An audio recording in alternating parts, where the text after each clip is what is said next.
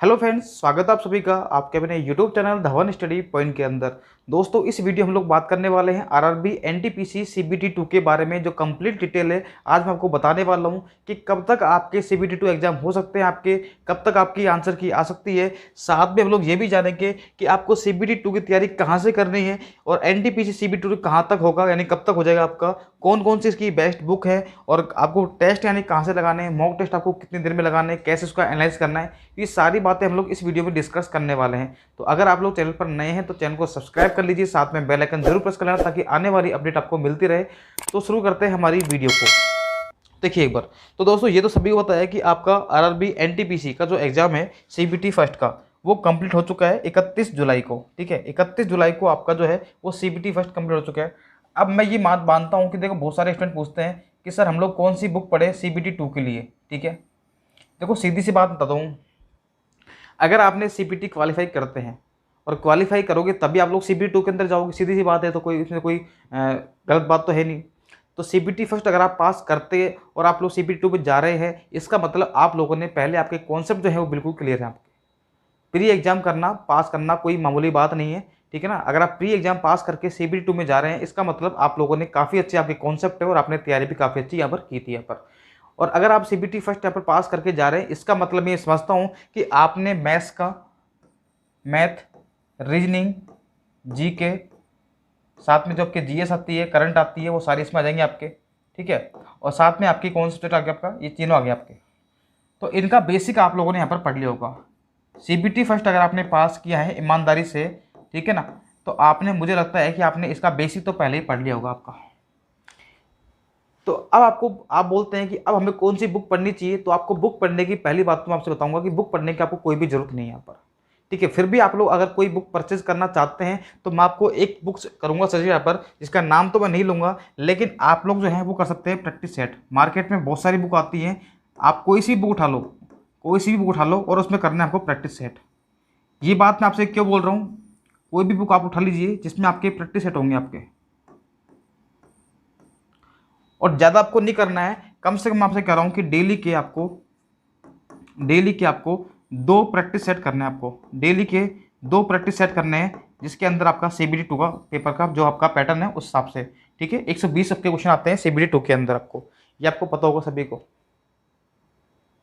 तो मैं कहना ये चाह रहा हूँ आपसे कि आपको डेली के 2 प्रैक्टिस करने हैं। और अगर आप अगर 120 आते हैं तो 2 पेपर कितने हो गए, 240। तो 240 क्वेश्चन अगर आप लोग पर डे करते हैं यहाँ पर, 240 क्वेश्चन पर डे करते हैं, और अगर आप लोग ये काम कर लेते हैं 2 महीने तक, ठीक है, अगर ये काम आप लोग कर लेते हैं 2 महीने तक यानी कि 60 दिन तक, तो आप लोग अंदाजा लगा सकते हैं कि यहाँ पर कितने क्वेश्चन आप लोग कर चुके होंगे। 6 चौक 24, 2 6 दूनी 12 और 2 14, यानी कि 14,400 क्वेश्चन आप लोग कर चुके होंगे। ठीक है, और इतने क्वेश्चन करने के बाद में आपके अंदर इतना कॉन्फिडेंस आ जाएगा कि आप लोग डेफिनेटली, चाहे क्वेश्चन नया बने, चाहे आपका क्वेश्चन पुराना हो, चाहे कैसा भी क्वेश्चन आ जाए, आप लोग कर पाएंगे यहाँ पर। होता क्या है कि हम लोग क्या करते हैं, सीबीटी फर्स्ट पास करते ही हम लोग वापस चले जाते हैं। वापस से हम लोग जैसे मैथ आपने ले ली तो आप पढ़ोगे, टाइम एंड वर्क पढ़ोगे, फिर प्रॉफिट लॉस पढ़ोगे, ऐसे आप लोग सारे टॉपिक वापस से पढ़ते हैं आप लोग। उससे देखो क्या नुकसान है, मैं आपको बता रहा हूँ। अगर आपका बिल्कुल बेसिक क्लियर नहीं है तो आपको सब कुछ पढ़ना है आपको, लेकिन अगर आपने पूरा बेसिक पढ़ लिया है और आप सीबीटी 2 में जा रहे हैं तो आपको अब क्या करना है, ये बात मैं आपको बता रहा हूँ, और ये 100% राइट है। अगर आप करके देखोगे तो डेफिनेटली आपका सीबीटी 2 में आपका सिलेक्शन भी हो जाएगा यहाँ पर। तो देखो, अगर हम बात करते हैं मैथ्स की, हम लोग बात करते हैं, देखो हम क्या करते हैं कि हम लोगों ने, मान लीजिए हमने मैथ्स पढ़ लिया पर, ठीक है, आपने कोई बुक उठाई और उसमें से आपने क्या कर दिया, मैथ्स के आपने क्वेश्चन कर लिए कितने, मान लीजिए आपका टॉपिक ले लिया मैंने टाइम एंड वर्क। ठीक है, मैं आपको समझाता हूँ, देखिए एक बार, मैथ में आपने टॉपिक ले लिया टाइम एंड वर्क।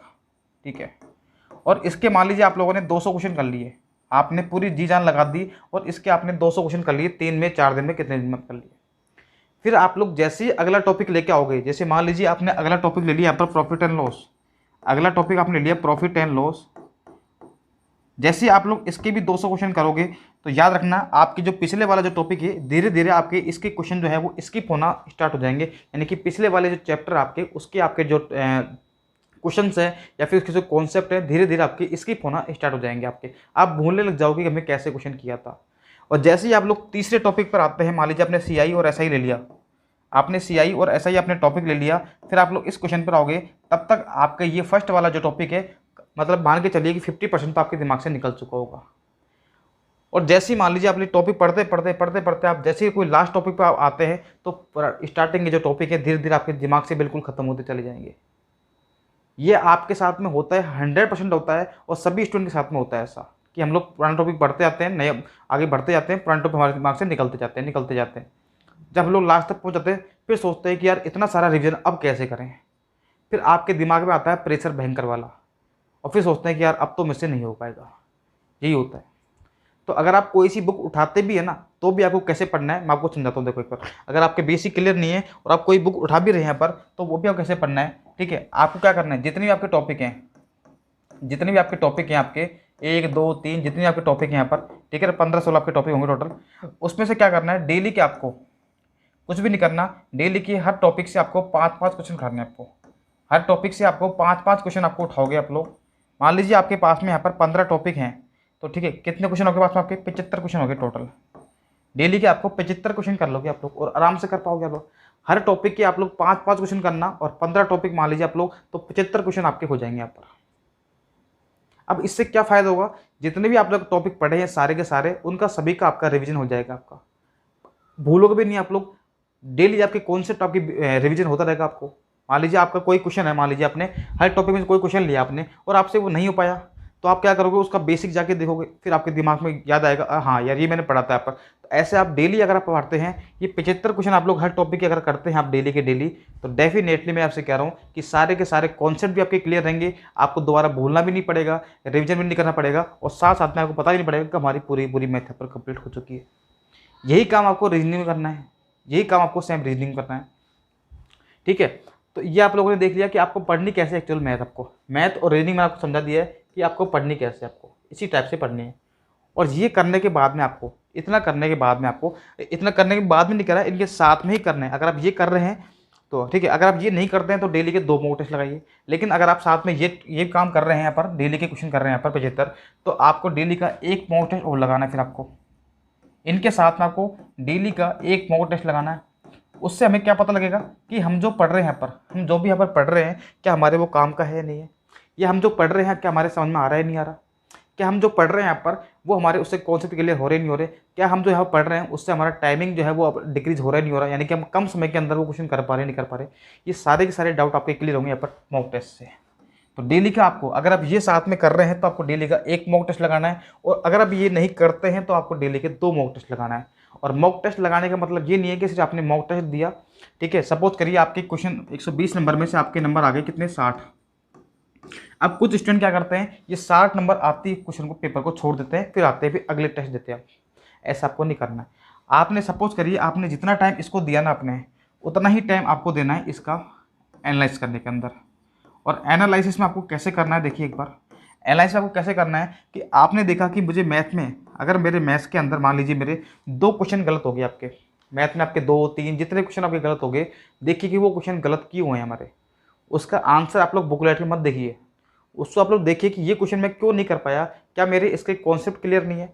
आंसर मत देखना भूल के भी उसका, आप ये करना कि उसका बेसिक देखना आप लोग एक बार, क्या इसका कोई फॉर्मूला है जो मुझे याद नहीं आ रहा है, क्या इसका कोई ऐसा कॉन्सेप्ट है जो मुझे याद नहीं आ रहा है। तो आप लोग उस चैप्टर में जाइए और उस चैप्टर को वापस से एक बार, उसके जो कॉन्सेप्ट है उसको पढ़िए एक बार आप लोग, और फिर वापस से जाकर इस क्वेश्चन को करिए, आपका ये क्वेश्चन भी हो जाएगा। और अगर आपने सारे क्वेश्चन ऐसे कर लिए ना, तो आपके अंदर इतना कॉन्फिडेंस आपके अंदर बूस्टअप हो जाएगा कि फिर आप लोग कोई भी नया क्वेश्चन बनेगा आप लोग कर पाओगे। होता क्या है, हम लोग क्या करते हैं, क्वेश्चन नहीं आया, पीछे किताब पलटी, आंसर देखा और फिर हमें सोल्व करते हैं। इससे क्या होता है कि आपकी मैथ की जो प्रैक्टिस है ना वो बहुत कमजोर रहती है। उस वक्त तो आपको आंसर आ जाएगा, लेकिन आप लोग उसको वापस से भूल जाओगे। लेकिन मैं आपसे ये कह रहा हूँ कि अगर आपसे कोई क्वेश्चन नहीं आ रहा है तो उसको आप लोग खुद ही करिए एक बार। 2 बार में नहीं होगा, 3 बार में नहीं होगा, 4 बार में नहीं होगा, नहीं यार छोड़ दो, अगले दिन वापस से करो। उसके बेसिक कॉन्सेप्ट देखो आप लोग, आंसर मत देखो, उसके बेसिक कॉन्सेप्ट देखो, फिर उसको सोल्व करो आप लोग डेफिनेटली। और अगर आपने डेली आप लोग ऐसे कर लोगे तो आप कभी भी कोई क्वेश्चन आपको गलत नहीं होगा ज़िंदगी के अंदर भी। वही आपको करना है रीजनिंग के अंदर, आंसर आपको नहीं देखना है। हम यही करते हैं कि हम लोग क्या करते हैं, कोई क्वेश्चन नहीं आया तो हम लोग सोच दिमाग लगाते ही नहीं हमें करना क्या है, हम लोग सीधा पेज पलटते हैं, आंसर देखते हैं, उस वक्त हमारा वो क्वेश्चन हो जाता है। लेकिन 2 दिन बाद देखना आप लोग वो क्वेश्चन वापस से भूल जाते हैं। उसका रीज़न यही है क्योंकि हम लोग अपना दिमाग नहीं लगाते, हम लोग जो जिसने आंसर दे रखा है बस उसका दिमाग लगाते हैं, जिसकी किताब है। अपना दिमाग लगाओ, ऑटोमेटिक आपका काम चलेगा यहाँ पर। ठीक है, अब बात करते हैं हम लोग जीके की। दोस्तों जीके की देखो आपको पढ़ना क्या है, जीके में देखो अथा भंडार है। जीके के अंदर बोलते हैं ना कि जीके में सर हमारे नंबर नहीं आते हैं, जीके अथा भंडार है आपको। तो जीके में आपको क्या करना है, देखो यहाँ पर कौन कौन से टॉपिक हैं जिससे हम लोग ज़्यादा नंबर यहाँ पर कवर कर सकते हैं। ठीक है, देखो एक बार, एक तो होती है आपके स्टैटिक जीके। स्टैटिक जीके जो होती है ये बहुत ही ज़्यादा इंपॉर्टेंट है। मान के चलिए आपके मेंस के अंदर मान लीजिए आपके 50 क्वेश्चन आते हैं, आपके 50 क्वेश्चन अगर आपके जीके से आते हैं तो मान के चलिए कम से कम 6 से 7 क्वेश्चन तो आपके स्टैटिक जीके से ही आएंगे आपके। अब इनसे क्वेश्चन कैसे बनते हैं, स्टेट जीके कौन सी होती है, जैसे पूछ लिया बताइए आपके कौन से स्टेट का कौन सा राज्यपाल है, कौन से स्टेट का कौन सा सीएम है, वहाँ का कैपिटल क्या है, वहाँ की मतलब वहाँ की जो है वहाँ की क्या बोलते हैं करेंसी कितनी है वहाँ की। ठीक है, देश के तरह में जैसे आपको कंट्री दी आपको यहाँ पर, मान लीजिए आपको दे दी कंट्री यहाँ पर। ठीक है, कोई आपको दे दी कंट्री यहाँ पर। ठीक है ना, हमारे जो पड़ोसी देश होते हैं उनकी दे दी कंट्री आपको, उसकी यहाँ पर आपसे पूछ लिया बताइए कि करेंसी कितनी है इनकी, है ना। उनका पूछ लिया कि राष्ट्रीय खेल कौन सा है उसका। फिर इसके अलावा आपके देखिए जो भी आपकी गेम है यहाँ पर, जो भी आपकी गेम है यहाँ पर, उनकी ट्रॉफी हो गई, उनकी ट्रॉफी हो गई, उसमें नंबर ऑफ प्लेयर कितने हैं आपके। ठीक है, जैसे आपके मान लीजिए क्या हो गया, आपके दर्रे हो गए। दर्रे पता ना आप क्या बोलते हैं, दर्रे जैसे पहाड़ों को काट कर जो बनाए जाते हैं दर्रे वगैरह। ठीक है ना, जब पहाड़ों को काट कर जो बनाए जाते हैं, रास्ते बनाए जाते हैं, उसे बोलते हैं हम लोग दर्रे बोलते हैं। जैसे मांझी ने बनाया था, आपने मूवी देखोगी मांझी वाली। ठीक है, तो उसने पहाड़ काट के पूरा रास्ता बनाया था, तो वो क्या होता है हमारे दर्रे बोलते हैं हम लोग। तो कौन कौन से कहाँ पर कौन कौन से दर्रे हैं ये आपको पता होना चाहिए। नदी हमें याद करनी चाहिए, ये आती है सारे के सारे स्टैटिक जीके के अंदर। तो ये आपको रट के जानी है आपको। डेली आपको इसका एक टॉपिक उठाना है यूट्यूब पर। यूट्यूब पर आप लोग सर्च करिए, मैं डालता रहता हूँ, आप मेरे चैनल पर देख सकते हैं। मैं यहाँ पर आपके यहाँ स्टेट जीके वाले टॉपिक डेली डालता रहता हूँ, बिल्कुल शॉर्ट ट्रिक से डालता हूँ। एक बार में आपको याद हो जाएगा, आपको एक बार आप लोग देखना जाके एक बार, है ना। ठीक है, अब आगे देखिए एक बार। उसके बाद में जैसे ही आपने ये पढ़ ली स्टेट जीके, उसके बाद आप लोगों को देखा होगा कि पॉलिटी, हिस्ट्री, इनका बेसिक मुझे पता है कि आप लोगों ने पढ़ लिया होगा आपने। तो अब इनके क्या करना है, आपको क्वेश्चन उठाने ओनली। इनकी जो प्रैक्टिस सेट है, क्वेश्चन आप लोग उठाइए और कुछ मत करिए, आप लोग क्वेश्चन उठाइए ओनली। आप लोगों ने बेसिक पढ़ लिया होगा, अगर आपने नहीं पढ़ा तो बेसिक पढ़ो, फिर आपको टाइम लगेगा आपको। ठीक है, आप लोग लूसेंट पढ़ सकते हैं, आप लोग घटना चक्र, देखो अगर आपको प्रैक्टिस करनी है तो आप लोग घटना चक्र से कर सकते हैं, बहुत अच्छी बुक है। घटना चक्र जो बुक है आपकी प्रैक्टिस सेट के लिए, जीके के लिए बहुत अच्छी बुक है। ठीक है, उसके बाद आपको साइंस पढ़नी है, साइंस से क्वेश्चन आते ही आते हैं भाई। साइंस में आपके जो पीसीएम है, फिजिक्स, केमिस्ट्री, बायोलॉजी, पीसीबी, इससे क्वेश्चन आपके आते ही आते हैं, आपको ये ध्यान रखना आप लोग। साथ में आपकी जो करंट जी की होगी वो आपको पढ़नी है। तो ये आपको एक साथ नहीं पढ़ना है आपको, है ना। इनको आपको डिवाइड कर लेना है कि पहले मुझे क्या पढ़ना है क्या पढ़ना है, वो अपने हिसाब से आप लोग डिवाइड कर लो। मुझे स्टेट जी की पढ़नी है डेली, डेली स्टेट जी के एक तो पढ़ना है। करंट अफेयर मुझे डेली पढ़नी है यहाँ पर। साइंस मुझे डेली का रिवाइज करना है। तो अगर आप इन चीज़ों को मैनेज कर लोगे ना, तो आपके जीके में नंबर नहीं कटेंगे, बहुत कम नंबर कटेंगे आपके फिर। ठीक है, तो ये हो गया आपका रीजनिंग, मैथ और जीके। तो इस तरीके से आपको यहाँ पर पेपर जो है अटेम्प्ट करना है। और जो आप पढ़ रहे हैं उससे आपको पता लगेगा कि आप डेली क्या मॉक टेस्ट लगाओगे तो आप पता लग जाएगा आपको भी, आप लोग क्या पढ़ रहे हैं, हमें समझ में आ रहा है नहीं आ रहा, हमारे नंबर बढ़ रहे नहीं बढ़ रहे। इतना करने के बाद में आपके मॉक टेस्ट में नंबर नहीं बढ़े तो फिर आप लोग मुझे कमेंट कर देना कि सर मेरे मॉक टेस्ट नंबर नहीं बढ़ते हैं। तो यही होता है यहाँ पर मॉक टेस्ट में नंबर कैसे बढ़ाएं, ये मैंने आपको पूरा बता दिया। इतना पढ़ने के बाद में साफ डेली आप लोग मॉक टेस्ट लगाते रहो, आपके नंबर ऑटोमेटिकली इंक्रीज हो जाएंगे यहाँ पर। ठीक है, और रही बात आपके CBT 2 की, भाई CBT 2 का आपको मान के चलिए कि आंसर की मान लीजिए आपके पास 20 से 25 दिन में आपके आंसर किया जाएगी यहाँ पर।